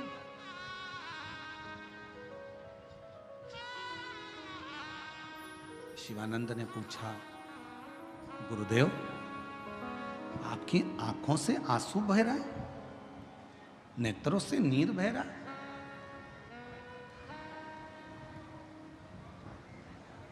मेरे भाई, जिससे प्रेम करो, जिसको अपना मानो, और अगर उसी की जिंदगी में दुख आने वाला हो और आपको मालूम पड़ जाए कि जिंदगी में ये तकलीफ आ रही है उसके, तो नैनों से नीर बहने लगता है, आंसू। एक पत्र है, अच्छा है।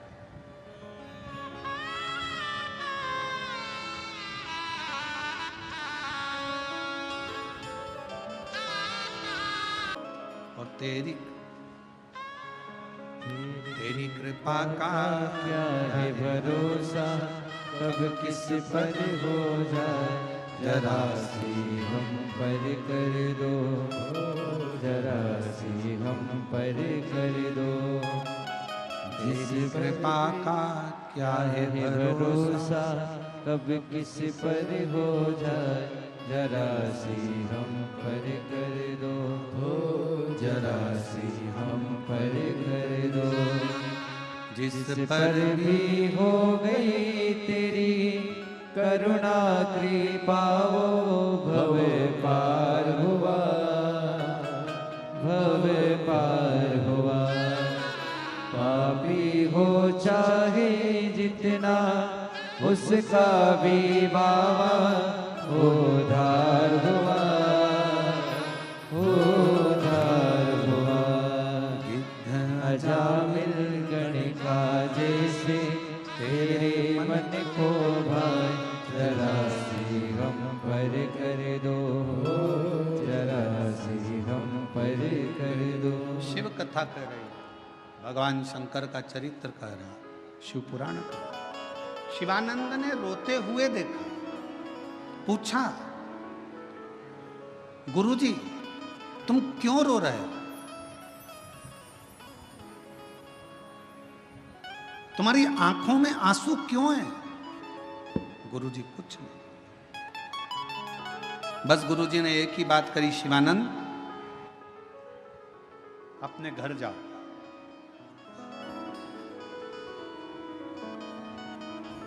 आठ 10 दिन जरा घर पर रहकर फिर आओ, जाओ। शिवानंद ने कहा, गुरुजी घर? हाँ, आप मुझे घर क्यों भेज रहे हो? गुरुजी ने कहा, मेरा मन है कि तुम थोड़ा सा 8-10 दिन, अब 2 महीना रहते रहते हो गए, 8-10 दिन तुम अपने घर पर होकर आओ, फिर वापिस आ जाना। जाओ जरा 8-10 दिन के लिए तुम अपने घर पहुंचो, जाओ। शिवानंद ने प्रणाम किया, नमन किया, दंडवत किया, और प्रणाम कर कर, नमन कर कर, दंडवत कर कर शिवानंद चल दिया। घर पर पहुंचा। यहां संत के साथ में एक गुरुजी के साथ में एक चेला रहता था। थोड़ा सावधानी से सुनना, बेलपत्र शिव पुराण की कथा है। एक बेलपत्र कितना कमाल करता है, वो कथा ये शिव महापुराण की आप और हम श्रवण कर रहे हैं। गुरुजी के साथ में एक चेला रहता था। उस शिष्य ने पूछा, गुरुजी, इतना अच्छा शिष्य था शिवानंद, सेवा कर रहा था, गौ माता को संभाल रहा था, सारा काम करता था, झाड़ू भी लगाता था, पोछा भी लगाता था, भोजन भी बनाता था, भोजन भी कराता था, और आपने उसको घर भेज दिया, क्यों? गुरुजी ने कहा कि कल मैं स्नान करने के लिए गया था, और जब मैं गंगा का स्नान कर रहा था, स्नान करते समय मुझे देवर्षि नारद और यमराज दोनों के दर्शन हुए। देवऋषि नारद का भी दर्शन हुआ, यमराज का भी दर्शन। यमराज ने देवऋषि नारद से कहा कि नारद, ये जो बालक है शिवानंद, ये 5वें दिन मर जाए, इसके प्राण छूट जाए। नारद जी ने कहा, ये 5वें दिन मर जाएगा? हाँ। नारद जी और यमराज की बातों को मैंने सुन लिया।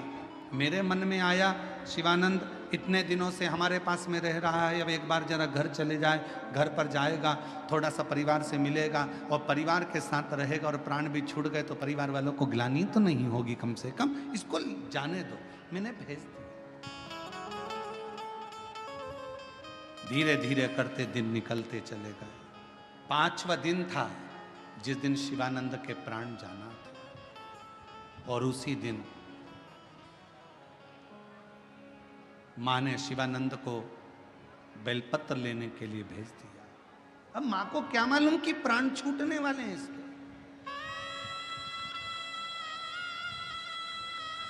माँ को नहीं मालूम कि इसके प्राण जाएंगे, माँ को नहीं मालूम कि इसके प्राण छूटने वाले, इसके प्राण चले गए, ये माँ को नहीं मालूम। शिवानंद बेलपत्र लेने के लिए गया, मंत्र दिया, साथ में बोलो, ओम नमः शिवाय, ओम नमः शिवाय, ओम नमः शिवाय। निमंत्रण दिया, हे माँ दुर्गा, हे माँ जगत जननी गौरा माँ, हे माँ पार्वती जी, चलो। देवाधिदेव महादेव ने आपको याद किया। माँ, मेरा कष्ट हरने के लिए, मेरा दुख हरने के लिए, मेरी तकलीफ हरने के लिए, माँ मेरा भंडार भरने के लिए चलिए। आपको शिवजी ने याद किया। विनय करी, बेलपत्र लेकर आ गया, माँ को दे दिया, खेलने में लग गया, कार्य में लग गया। लगते लगते गुरुजी को लगा गंगा के उस पार चिता जलने की अभी अग्नि दिखेगी तो मुझे लगेगा कि वो मर गया, पर अग्नि नहीं दिखी। रोने की आवाज आएगी, आवाज नहीं। 5वां दिन निकल गया, 6ठा दिन निकल गया, 7वां दिन निकल गया, 8वां दिन निकल गया, 10 दिन निकल गए। 10 दिन पूरे होते से 11वें दिन वो शिष्य, वो शिवानंद वापिस आया। गुरुजी को प्रणाम करा।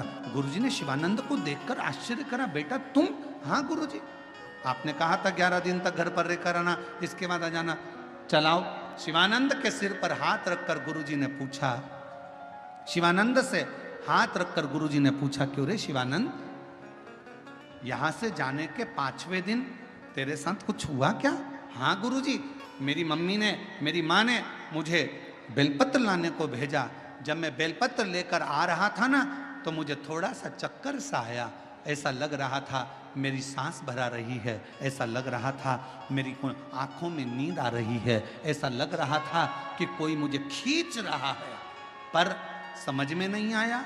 मैं बेलपत्र लेकर अपनी माँ को दिया, माँ ने शिव जी को समर्पित करा, फिर कुछ भी नहीं हुआ। तब समझ में नहीं आया गुरुदेव ऐसा क्यों हो रहा था। तब समझ में आया कि वो बेलपत्र की महत्वता, वो बेलपत्र की महत्वता। गुरुजी ने शिवानंद को सिर पर हाथ रखकर कहा, शिवानंद 5वें दिन तेरे प्राण जाना थे, पर तूने मेरे वचन का स्मरण रखा। तेरे गुरु ने जो वचन कह दिया था कि बेलपत्र लाते समय उसको मंत्र दो, बेलपत्र को लेते आते समय निमंत्रण दो कि मेरे दुख को हरने के लिए, मेरे कष्ट को हरने के लिए तुम्हें शिवजी ने बुलाया है। माँ चलो, गोरा माँ है पार्वती, चलो निमंत्रण दो। और तुमने निमंत्रण देकर जब बेलपत्र लेकर आ रहे थे, तो वही बेलपत्र ने तुझे यम की कैद से छुड़ा लिया और तेरे प्राण, वो निमंत्रण बहुत चला।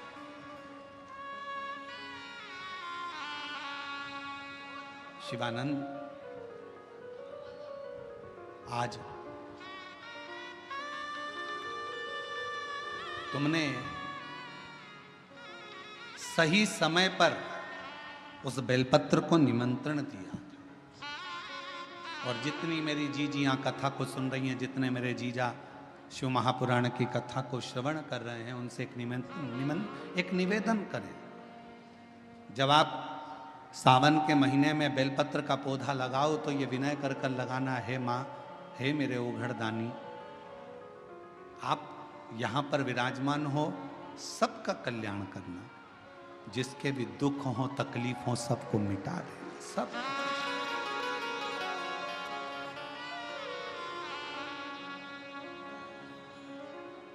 मौके का इंतजार ना करिए। खास मौके का इंतजार केवल एक मनुष्य करता है, और आखिरी में वो खास मौका आता है कि नहीं आता, कोई भरोसा नहीं होता। कई लोगों की आदत में जूते खरीद के लाए, मम्मी अभी मैं पहनूंगा, कपड़े खरीद के रख लिए, अलमारी भरा रही है, अलमारी में कपड़े के कपड़े जमे हुए हैं, अभी मैं पहनूंगा, खास मौका आन दो, मौका आन दो, मौका आन दो। और खास मौके का इंतजार करते करते करते करते मालूम पड़े कि वो मौका फिर कभी आता ही नहीं है, और ना जाने वो कौन सी घड़ी आ जाती है। जीवन का क्या ठिकाना। अच्छे खासे फ्लाइट में बैठकर यूरोप जा रहे थे, और मालूम पड़े वो फ्लाइट ही कब समाप्त हो गई, किसका ठिकाना। शादी के बाद घूमने के लिए कश्मीर गए थे, कब बन गए किसको मालूम है। नाव में, जहाज में घूमने गए थे, जहाज पानी में डूब गया, किसको मालूम है। जिंदगी का आखिरी पल कौन सा होगा, ये किसी को नहीं मालूम। इसलिए हर समय, हर घड़ी, हर पल, हर क्षण भगवान शंकर का नाम लेकर, शिव को अपनी जिंदगी समर्पित कर कर, अपने कर्म को करते हुए अपनी जिंदगी को आनंदमय, अपने जीवन को आनंदमय। और हम तो बाबा के भरोसे चलते हैं, हम तो बाबा के भरोसे चलते हैं। ये दुनिया वाले जलते हैं, ये दुनिया वाले जलते हैं, हम तो बाबा के भरोसे चलते हैं, ओघड़दानी के भरोसे चलते हैं। डमरू वाले के भरोसे चलते हैं, सीहोर वाले के भरोसे चलते हैं। ये शिव तत्व जो प्राप्त हो रहा है, इसको ना छोड़ो।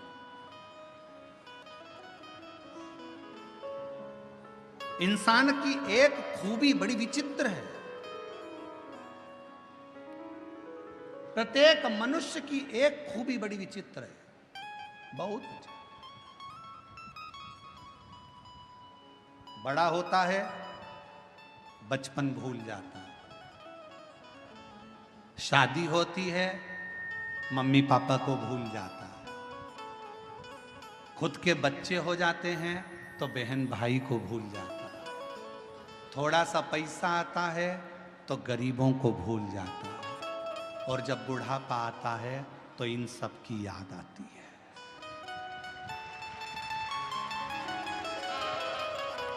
जब बुढ़ापा आएगा, बचपन भी याद आएगा। अपने घर के बच्चों को बताओ कि हमारा बचपन ऐसा था, हमारे बचपन में ऐसा हुआ था। बुढ़ापा आएगा, बचपन भी याद आएगा। बुढ़ापा आएगा, माता पिता भी याद आएंगे। बुढ़ापा आएगा, मित्र भी याद आएंगे। बुढ़ापा आएगा, गरीब दोस्त भी याद आएंगे। समय बुढ़ापा आएगा तो अपने बहन भाई भी याद आएंगे। ये मनुष्य की बड़ी विचित्र लीला, बड़ी विचित्र।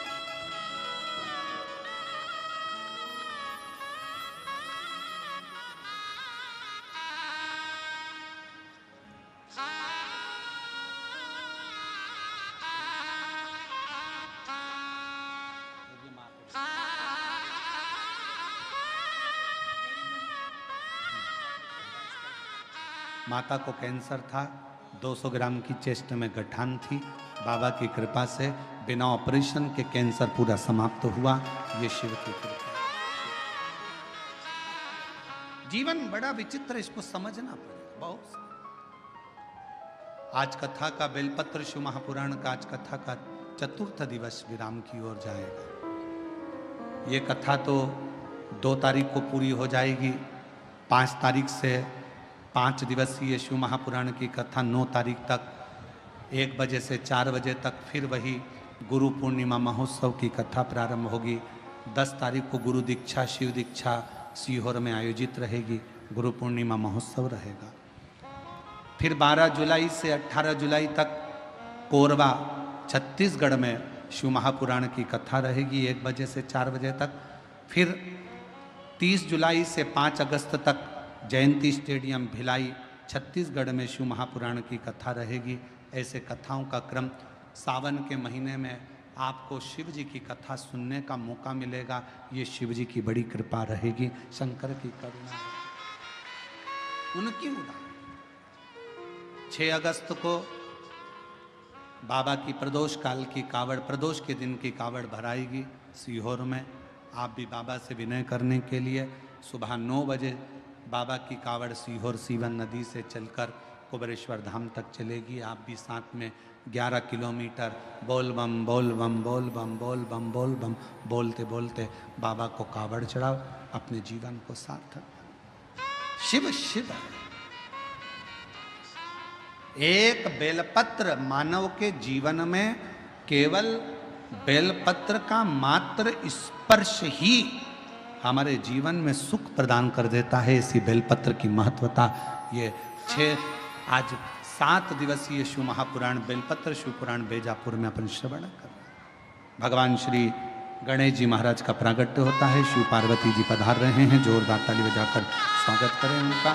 बाबा देवादिदेव महादेव की पवित्र आनंदमय लीला सुंदर भाव से आज कथा का चतुर्थ दिवस यहाँ विराम होगा। कल कथा का 5म दिवस की ओर आगे बढ़ेंगे। हर हर महादेव। जय जय श्री राधे। सभी भक्तों को हर हर महादेव सदा जैसे के साथ श्री शिवाय नमस्तुभ्यम व्यासपीठ को नमन करते हुए हम सबके प्रिय, हम सबके लाडले ठाकुर कल्लू जी महाराज के चरणों में नमन करते हुए परम सत्य परम आदरणीय विश्वविख्यात पूज्य